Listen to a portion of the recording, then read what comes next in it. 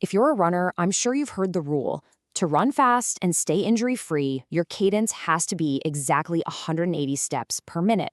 It's everywhere, in magazines, preached by coaches, even built into our running watches. But what if that golden rule isn't just wrong? What if it's actually hurting you? For years, this number, 180, has been treated like the absolute peak of perfect running form.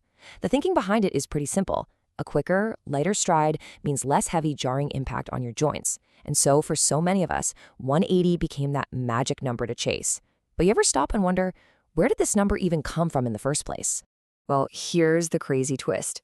The man whose work accidentally started this whole thing, I'm talking about one of the greatest running coaches in history. He never, ever intended for 180 to become this strict command for every single runner out there. So let's dive into how this all got so twisted. To really get how we ended up here, we need to rewind the clock a bit. Back to a simple observation that somehow took on a life of its own. So picture this. It's the 1984 Olympics. Dr. Jack Daniels, who is this world-renowned exercise physiologist and coach, is just watching the best of the best, the elite distance runners, compete. He wasn't on some quest to find a universal rule for running. He was just collecting data, trying to figure out what makes these elite athletes so good. So what did he actually see?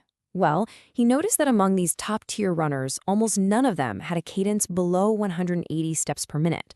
But, and this is the part everyone seems to forget, they were running at speeds that most of us can only dream about. We're talking superhuman paces. And that context, well, that context is everything. And here is where you can see how things got completely twisted. Daniels made an observation about a very, very specific group, Olympians, running at full race pace. But over the years, the internet and running magazines just stripped away all that crucial context. What started as an observation of the best athletes in the world turned into a rigid prescription for literally everyone, from someone running their first 5K to a veteran marathoner.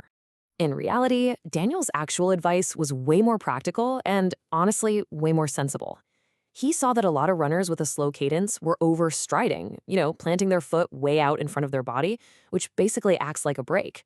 So he just suggested a small 5% increase in their step rate to help fix it. The goal was never 180. It was just a little bit quicker.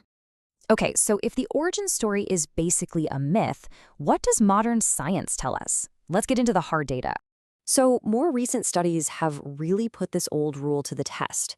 One of the most important pieces of research comes from Dr. Jeff Burns.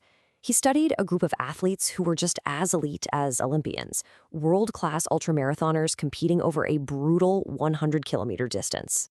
And this chart, wow, this just completely shatters the myth. Yeah, the average cadence was 182, which is right around that magic number. But look at the range. It was massive.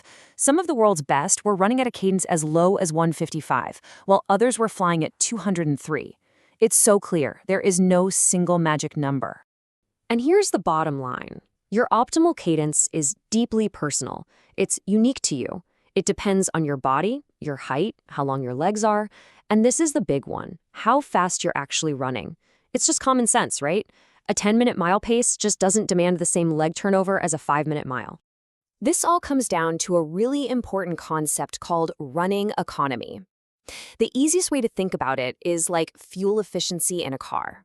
If you have good running economy, you use less energy and less oxygen to hold a certain pace. It is the absolute key to running longer and faster. And this is why mindlessly chasing 180 can be so bad for you. If you're out there running at your normal, slower pace, but you're forcing your legs to turn over unnaturally fast, you are just torching your running economy. You end up taking these tiny, inefficient shuffle steps, which sends your energy cost through the roof and makes you get tired way, way faster. So what's the fix? Well, it's simple. We just go back to Coach Daniel's original smart advice. Let's break down how you can actually find a better cadence that's right for you. Okay, it's a super simple 3-step process. First, just go for a run at your normal easy pace and count how many times one of your feet hits the ground in 60 seconds. Then double that number. That's your starting point. Second, do a little math and calculate a 5% increase. And third, on your next few runs, just try to gently hit that new, slightly higher number. The key is to think quicker, lighter steps. Let's look at a quick example. Let's say your natural cadence is 160 steps per minute, which is pretty common. A 5% bump is just 8 more steps per minute, so your new target becomes 168. See? It's a small, manageable change, not some huge economy-killing jump to 180. And this, right here, is the most important thing to remember. The whole point of tweaking your cadence was never about hitting some random number. It's about improving your mechanics, specifically, getting rid of that overstriding we talked about. A slightly quicker cadence naturally helps your foot land more underneath your body, and that reduces the heavy braking forces that are so often the real cause of things like runner's knee and shin splints. So it turns out one of the most popular rules in all of running is really just built on a big misunderstanding. It really makes you wonder, right? What other pieces of common knowledge that we follow might be based more on myth than on actual science? It's a good reminder to always question the why behind the advice we get.